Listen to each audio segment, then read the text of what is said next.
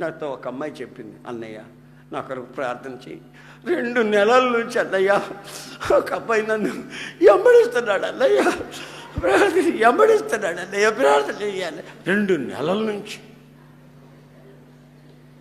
చూశారండి, నేను అన్నాను, ఒక్కరోజు అట్లా ఎంబడించానుకో, రాయ్ ఎవడా నువ్వు, ఏమనుకున్నావురా, ఎవరు అనుకున్నావు అని ఒక్క మాట అన్నావు అనుకో, ఇక వాడు వస్తాడండి. పరిగెత్తేటప్పుడు చెప్పులు తీసి పరిగెత్తడు, చెప్పులుంటే లేట్ అవుతాయని చెప్పులు అటు తీసి పరిగెత్తడు. ఏయ్ ఎవడా నువ్వు, ఎవరు అనుకున్నావు అని ఒక్క మాట అంటే, అట్లా ఎందుకంటావు?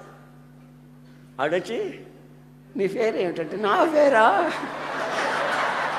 అన్నావనుకో, నీ పేరు, నీ పుట్టు పూర్వత్రాలు ఇవన్నీ కనుక్కొని అన్ని వ్యవహారాలు తెలుసుకొని నువ్వు ఎక్కడుంటే ఆడకు వచ్చి నిలబడి ఉంటావు. నీకు ముందే లూజు మైండు.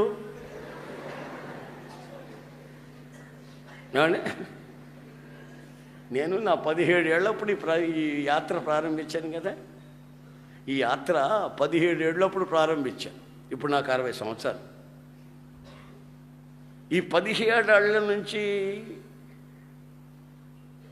ఈ 60 సంవత్సరాల వరకు ఎంతమందిని చూస్తున్నానండి ప్రపంచం మీద? ఈ ప్రపంచం మీద ఎంతమందిని చూస్తుంటానండి? ఎవరన్నా ఒకరు వచ్చి మెలికలు తిరుగుతున్నాను అనుకో, హాయ్ ఏంటి మెలికలు తిరుగుతున్నావు ఇక్కడ? లేదే, అయ్యో ఆమె. ఇప్పుడు మగాళ్ళైనా ఆడవాళ్ళైనా ఎందుకు అగాధంలో పడతారు, ఎందుకు పాపంలో పడతారంటే వాళ్ళలో మెరుపులాగా మెరిసే ఆ ప్రకాశం, ఆ షైనింగ్ లేక. అదే ఎక్కడో కొండ మీద మెరుస్తూ ఉంటే ఉరుములు మెరుపులు, అక్కడెక్కడో పాలెంలో ఉన్నటువంటి వాళ్ళు గడ్డలు ఆడిపోతున్నారట. ఆమె మరి మీ మీద మిమ్మల్ని చూసిన వాళ్ళు గడగడలు ఆడుకుంటే వచ్చి పైన పడుతున్నారంటే అర్థం ఏంటి? Something wrong, loose, something wrong. అనవసరంగా నీకు ఫోన్లు చేస్తున్నారంటే అర్థం ఏంటి? నీ లూజు మైండ్ బట్టి.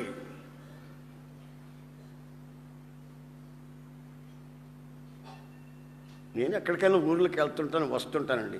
నేను రాకముందే, హలో యశన గారునా, అవును నువ్వెవరమ్మా? నేనా అండి, మీకు జ్ఞాపకం లేదా? నోరుమోయ్,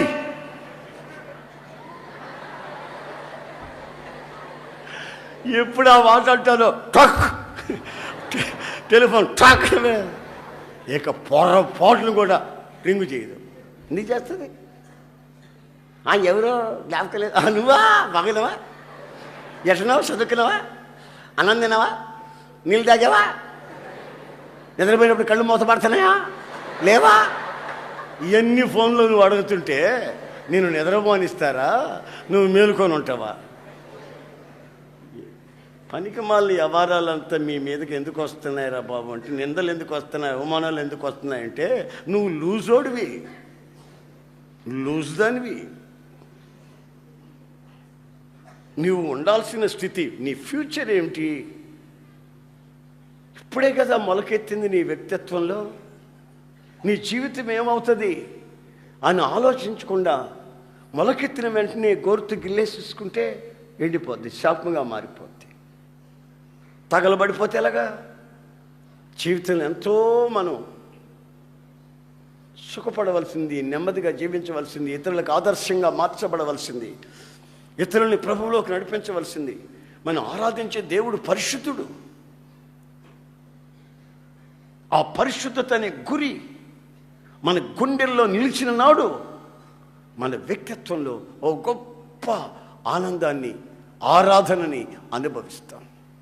కూర్చున్నా, నిలబడుకున్నా, కాలేజీకి వెళ్ళినా, ఇంట్లో ఉన్నా, బయటకు వెళ్ళినా, వస్తున్నా, ఫ్రెండ్స్తో ఎక్కడున్నా సరే నీ పవిత్రతని నీవు కాపాడుకోవాల్సిన బాధ్యత నీ మీద ఎంతైనా ఉంది అనే సంగతి నీకు తెలియాలి.